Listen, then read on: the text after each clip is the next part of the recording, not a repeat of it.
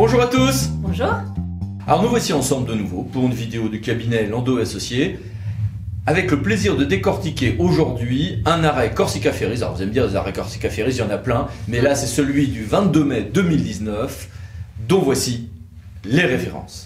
Qu'est-ce qui s'est passé dans cette affaire? La collectivité de Corse a lancé une procédure pour la passation d'une délégation de service public de transport maritime de passagers, classique.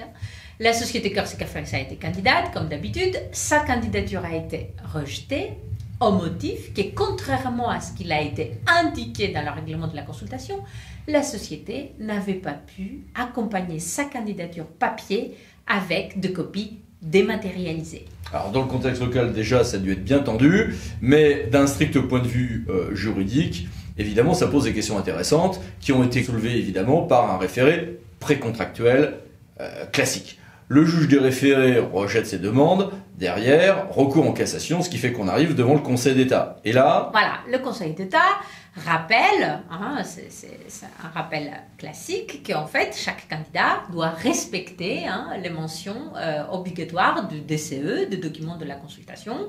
Donc, chaque candidat doit se plier aux exigences de la personne publique.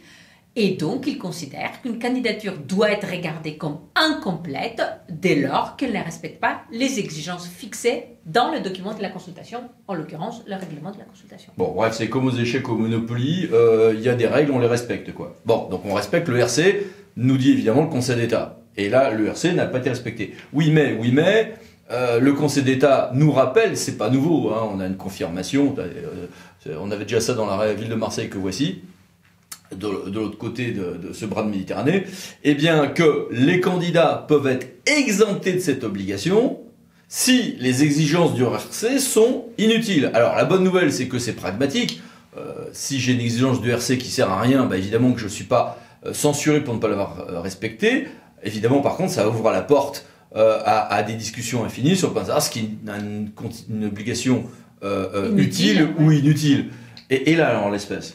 Alors, en l'espèce, le Conseil d'État a considéré que ce n'était pas manifestement inutile, que c'était donc utile d'avoir envoyé les copies dématérialisées, tout simplement parce que l'autorité concédante avait des délais très restreints pour le jugement des offres et que donc c'était beaucoup plus pratique d'avoir effectivement les copies dématérialisées. Il y avait une raison pour laquelle elle avait exigé en fait ces copies dématérialisées et le candidat qui n'a pas respecté ses obligations, malheureusement a vu son offre être rejetée et le Conseil d'État a été d'accord.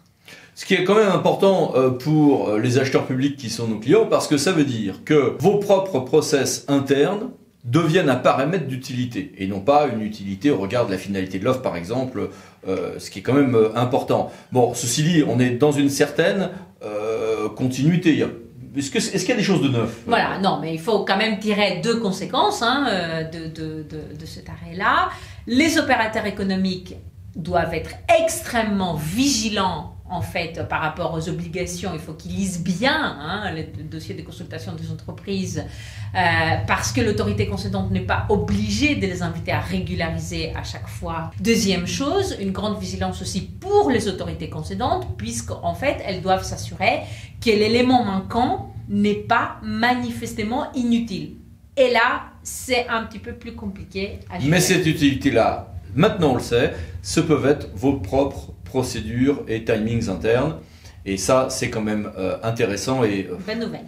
C'est rassurant pour les acheteurs publics. Bon, d'où l'intérêt de regarder juridiquement à chaque fois au cas par cas et de se retrouver ensemble, notamment pour de nouvelles vidéos qui viennent de Landau & Associés. Merci, à bientôt. À bientôt. Au revoir.